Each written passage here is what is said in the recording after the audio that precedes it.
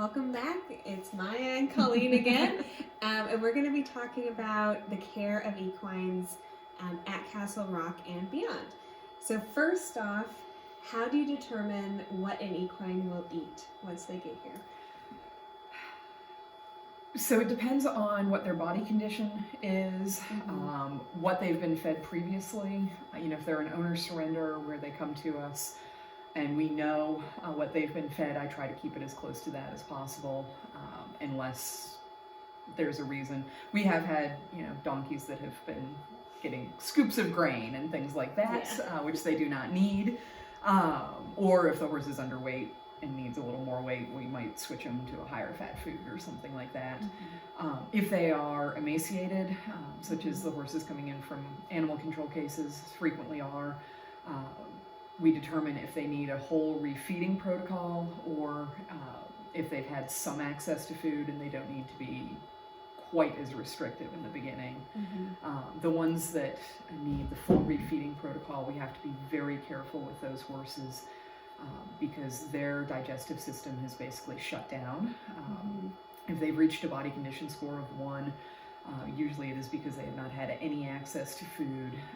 So all of the bacteria in their gut has died.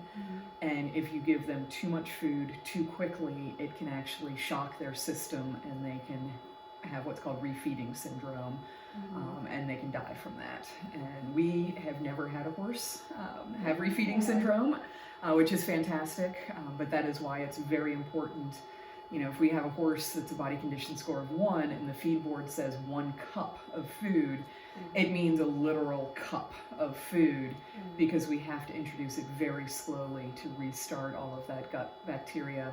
We'll often put those horses on probiotics to help with that, and then we'll slowly build them up until they're eating enough food to actually really gain weight. But you've got to kind of jumpstart their system initially. So when horses do come here and they need retraining, how do you determine that, and how do you determine where to send them?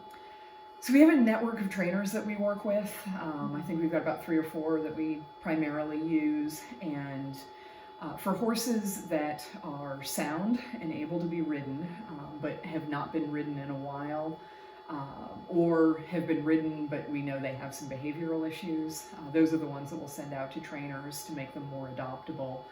And certain trainers specialize in different things. We have some trainers that work with feral horses sometimes. So if we have a young horse that just really hasn't been handled and doesn't have any idea what people are, and halters and things like that, we've got trainers that can work with them.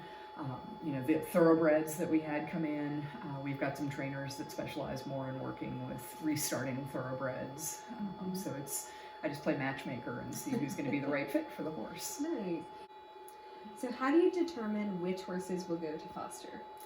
It's largely based on space, but also it's sometimes determined by what foster homes we have available and what their experience is. So all of our foster homes go through the same application process that our adopters do. So we've checked references for them.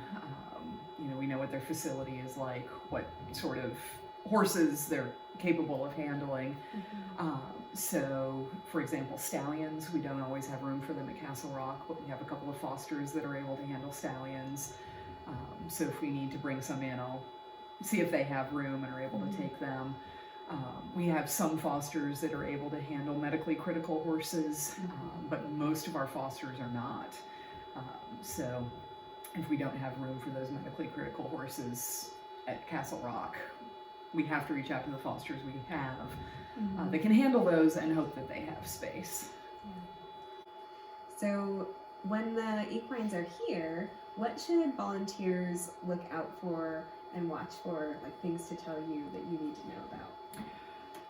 If they see any signs of lameness, if the horse is limping, they should let me know. If there are any injuries, even if it's a scrape that they just treat with some triple antibiotic or something, if they can just shoot me a quick message and let me know so that we can keep an eye on it and make sure it doesn't become something more. Snotty noses, usually it's just a seasonal weather change. we have a lot of that, but it's always good to be careful and just, check their temperature and make sure that there's nothing more serious going on.